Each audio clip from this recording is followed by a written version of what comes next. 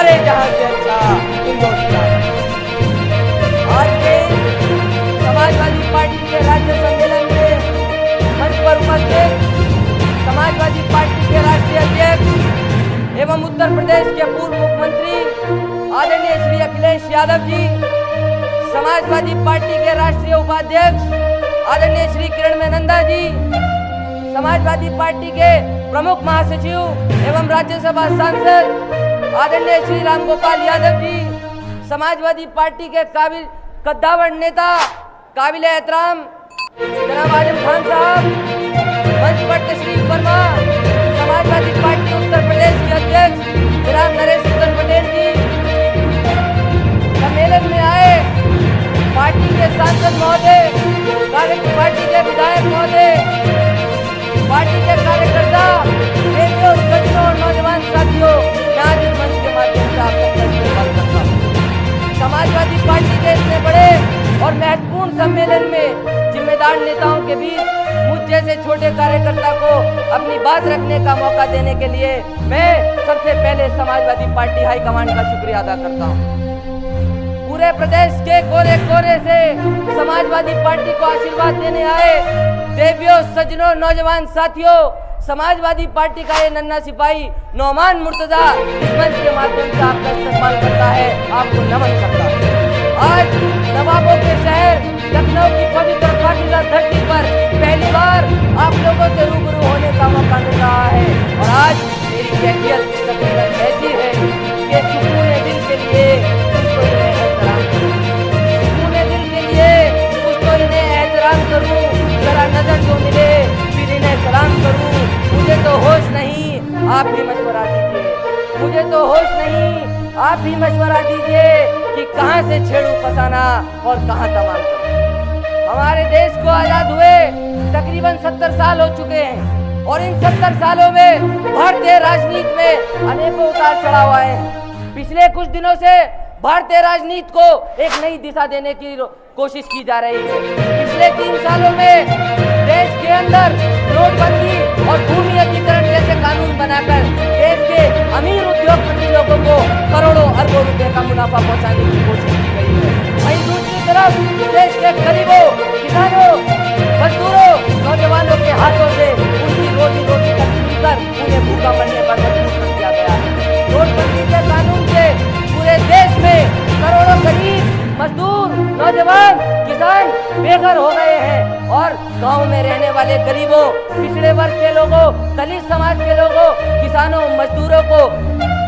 गरीबी के बोझ से तांगा कर आत्महत्या तक करने पर मजबूर किया जा रहा है। सरकार अपनी असफलता और नाकामी पर पर्दा डालने के लिए धार्मिक भावनाएं भड़काकर मेन मुद्दों से लोगों का ध्यान हटाना चाहती है। सदियों से साथ साथ रहते आए हिंदू और मुसलमानों को धर्म के नाम पर बांटने की साजिश रची जा रही है। जिस सरकार को गरीबों, पिछड़े वर्ग, दबे कुचलों, किसानों, नौजवानों और खास करके दलित समाज के लोगों ने इस उम्मीद के साथ वोट दिया था कि अच्छे दिन आएंगे, आज वही गरीब, मजदूर, किसान, नौजवान, पिछड़े वर्ग के लोग, दलित समाज के लोग इस सरकार के दुर्गति के शिकार हो रहे हैं। मैं कहना चाहता हूँ कि जिस सरकार में हर महीने करीब 1000 गरीब, मजदूर, किसान आत्महत्या करने पर मजबूर हो रहा हो, क्या ये है अच्छे दिन? जिस सरकार में गरीबों, मजदूरों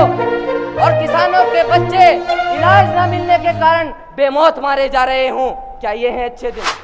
जिस पार्टी ने चुनाव के दौरान हर साल 2 करोड़ नौजवानों को नौकरी देने का वादा किया हो और सरकार में आने के बाद नौजवानों को नौकरी के बदले घोर निराशा मिली हो, क्या ये है अच्छे दिन? आज इस मंच के माध्यम से भारतीय जनता पार्टी और केंद्र सरकार के सम्मानित नेताओं से कहना चाहता हूँ कि हमारे किसान भाइयों को शिकायत इस बात की नहीं कि अनाज, फल और सब्जी निर्यात करके आपके अमीर व्यापारी लोग करोड़ों अरबों रुपए क्यों कमा रहे हैं, बल्कि हमें अगर शिकायत है तो वो इस बात की है कि आखिर क्यों धरती का सीना चीरकर अपने खून पसीने से फसल उगाने वाले किसान को गरीबी के बोझ से तांगा कर आत्महत्या करने पर मजबूर किया जा रहा है। और अगर आज मेरी आवाज, क्योंकि आज देश के प्रधानमंत्री हमारे उत्तर प्रदेश में मौजूद हैं, अगर देश के प्रधानमंत्री को मेरी आवाज पहुंच रही हो तो ये हिंदुस्तान का छोटा सा बालक आज किसानों की आवाज आप आत्महत्या की चिता पर देखकर किसान को,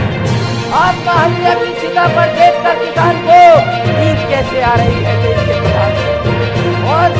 दोस्तों, बुजुर्गों, नौजवान साथियों, इस समय कम है, राष्ट्रीय अध्यक्ष का भी आदेश हुआ है। मैं 2 मिनट में अपनी बात को खत्म करता हूँ। मैं आप लोगों के सामने एक छोटा सा वाक्य 2012 के विधानसभा चुनाव का रखना चाहूँगा। जब 2012 के विधानसभा चुनाव चल रहे थे तो मैं अनेकों शहरों कस्बों में समाजवादी पार्टी की सभा को संबोधित कर रहा था। उस वक्त 17 फरवरी 2012 को मेरठ के अंदर एक अंग्रेजी के अखबार हिंदुस्तान टाइम्स की महिला संवाददाता ने मुझसे एक इंटरव्यू लेकर अपने अखबार में प्रकाशित किया। उन्होंने मुझसे बहुत से राजनीतिक सवाल पूछे। उसमें एक सवाल ये भी था कि नौमान मुर्तजा, तुम समाजवादी पार्टी के लिए प्रचार कर रहे हो, यदि कोई दूसरी पार्टी तुमसे कहती है कि आप हमारी पार्टी के लिए प्रचार करिए, हमारी पार्टी आपको चुनावी सभा को संबोधित करने देगी, तो नौमान का जवाब क्या होगा? मैंने हिंदुस्तान टाइम्स की महिला पत्रकार को बड़ी विनम्रता के साथ इस बात का जवाब देते हुए हिंदुस्तान के सपूत और हॉकी के जादूगर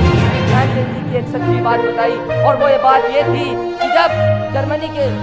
अंदर 1936 में ओलंपिक हुआ और इंडिया की तरफ से, हिंदुस्तान की तरफ से श्री ध्यानचंद जी ओलंपिक को खेलने गए तो उन्होंने अपनी खेल की प्रतिभा से वो ओलंपिक जीता और देश के लिए गोल्ड मेडल लाने का काम किया। जर्मनी के चांसलर अडोल्फ हिटलर ने उनसे, उनके खेल से प्रभावित होकर उन्हें लालच दिया कि अगर आप हिंदुस्तान को छोड़कर जर्मनी में आकर बस जाएं तो मैं आपको जर्मनी की फौज का मेजर बना दूंगा। तो श्री ध्यानचंद जी ने इस बात का जवाब दिया कि मैं जर्मनी की फौज का मेजर बनने के बजाय हिंदुस्तान की फौज का एक जाबाज सिपाही होने में करूँगा। ऐसे ही मैंने हिंदुस्तान टाइम्स की महिला पत्रकार से कहा कि मैडम, यह समाजवादी पार्टी का नन्हा सिपाही दूसरी पार्टी के हेलीकॉप्टर को छोड़कर समाजवादी पार्टी की साइकिल पर चढ़कर प्रचार करने में डर महसूस करें। और मैंने उनसे कहा कि मैडम, मैं एक समाजवादी हूँ और समाजवादी बिकाऊ नहीं होते, और जो बिकाऊ होते हैं वो समाजवादी नहीं होते। इस शेर के साथ अपनी वाणी को विराम देना चाहूँगा। अखिलेश जी की शान में 2 लाइनें अर्ज करता हूँ